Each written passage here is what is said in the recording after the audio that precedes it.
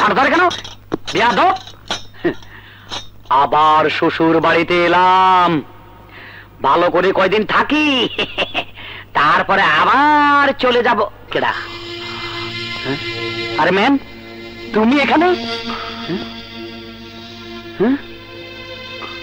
আমি স্বপ্ন দেখছি না তো? ভুল করে ঢুকে পড়ো না তো?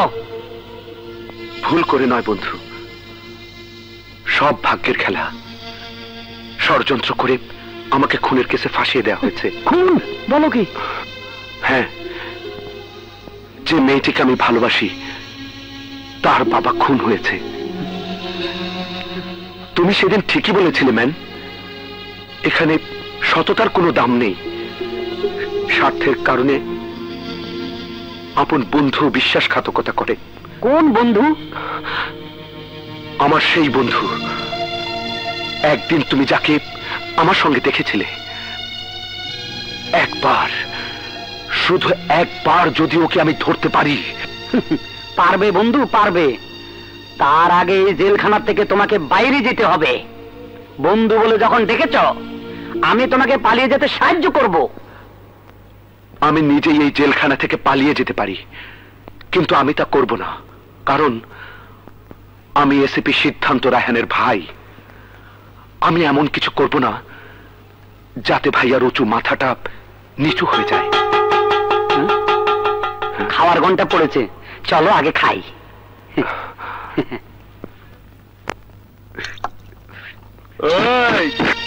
এখন মুখ দেওয়ার কোনো লাভ নাই। একবার মুখে যে কালি লাগে গেছে, ওয়াশিং মেশিন দিয়ে ধুইলেও সেই কালি আর উঠবো না। লিজাও তোর দিকে তাকাইবো না।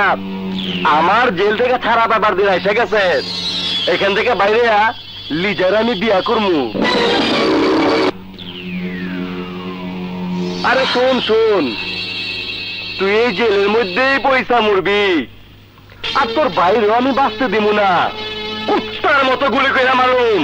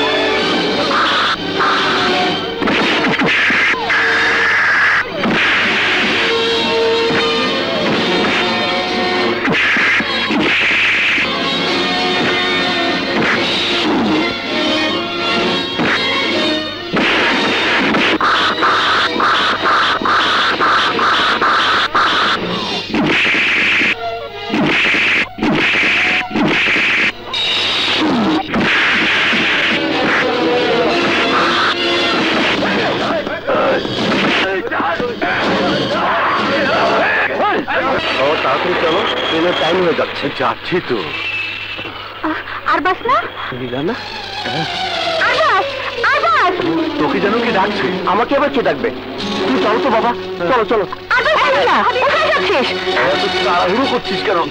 গাড়ির তলে পড়বো তো। একটু একটু দাম দাও।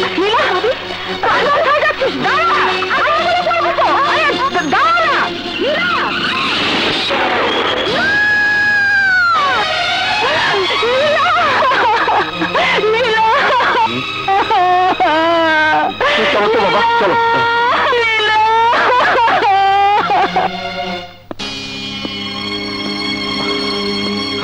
ডাক্তার সাহেব, বিপদ এখনো কাটেনি, তবে চিন্তা করবেন না। ভাই তো ভাই, পেশেন্টের ছোট ভাইকে। কেন ডাক্তার সাহেব? জ্ঞান ফিরে আসতেই ছোট ভাই বলে ডাকছে। দেখুন, এই অবস্থায় আমাদের ট্রিটমেন্টের চেয়ে যাকে ডাকছে তার এখানে থাকা বিশেষ জরুরি। সম্ভব হলে ওনাকে নিয়ে আসুন।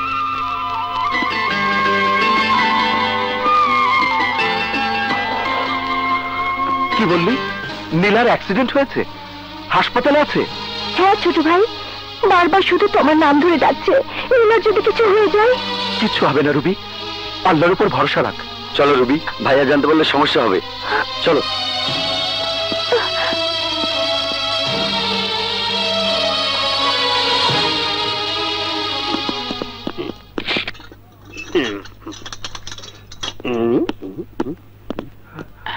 এবার বোঝো মারামারির ফল।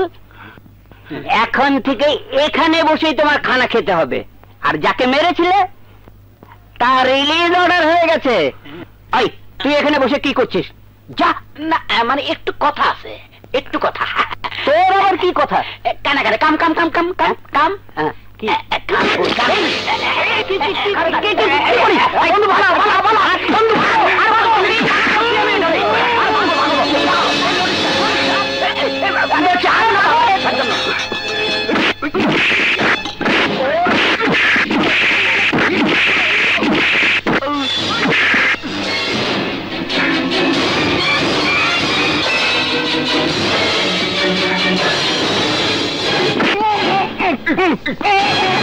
ভাগো বন্ধু ভাগো। পুলিশ হইল কয়েদি, তুমি যাতে সারা জিন্দেগি ঘুমাইতে পারো সেই ব্যবস্থাই করতেছি। এই সেই রুমাল যার মধ্যে সবসময় ঘুমের ওষুধ মিশানো থাকে। তোমার নাকে চাইপা ধরলে সারা জিন্দেগি অজ্ঞান হয়ে থাকবা। ঠিক এইভাবে ধরুম আর নাকে দিমুম।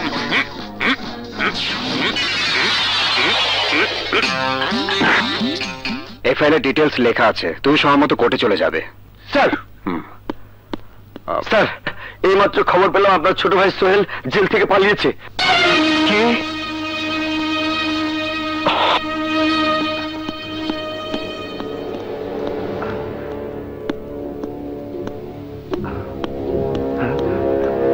ছোট ভাই, ছোট ভাই। ভাবি, ভাবি, সোহেল, নীলা, ছোট ভাই তুমি এসেছো ছোট ভাই।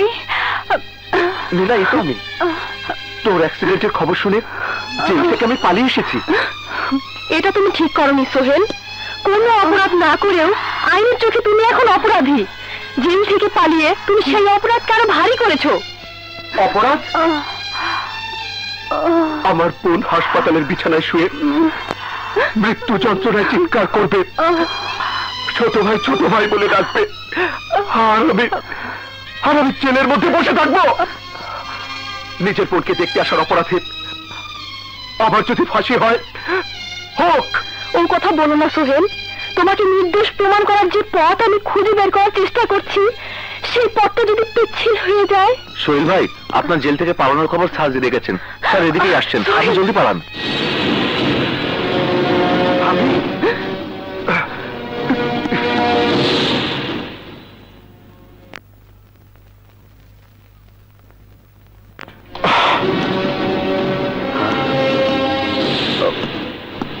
কি ব্যাপার, কি হয়েছে?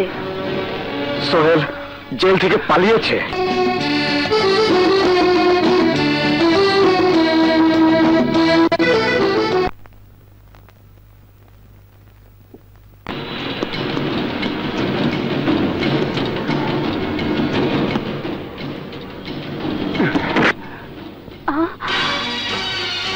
খুনি, সন্ত্রাসী, আমার বাবাকে খুন করে তোমার স্বাদ মেটেনি।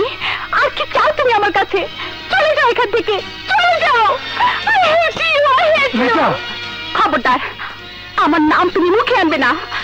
তোমার ছায়া দেখাও পাপ। বিশ্বাস করো লিজা, আমি তোমার বাবাকে খুন করিনি। করেছো। টাকার বিষয় সম্পত্তির লোভে তুমি আমার বাবাকে খুন করেছো। তুমি খুনি, তুমি খুনি, তুমি খুনি।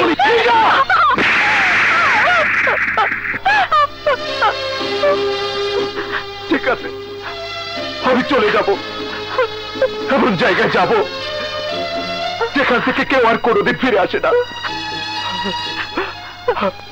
আমার বিশ্বাস ছিল পৃথিবীর সবাই আমাকে ভুল বুঝলেও অন্তত তুমি আমাকে ভুল বুঝবে না। সে তুমি যখন আমাকে অবিশ্বাস করলে, খুনের অপবাদ দিয়ে আমাকে কলঙ্কিত করলে, তখন এই জীবন আমি আর রাখবো না।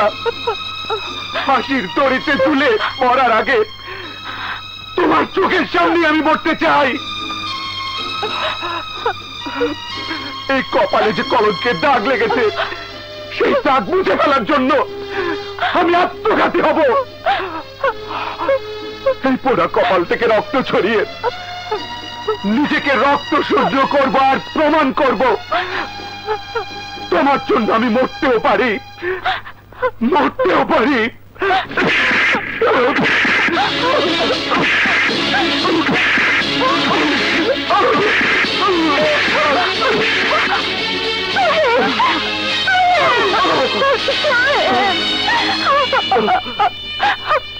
তুমি মরে গেলে আমি কি নিয়ে বাঁচবো? আমি কাকে নিয়ে বাঁচবো? এই পৃথিবীতে যে আমার আর কেউ নেই।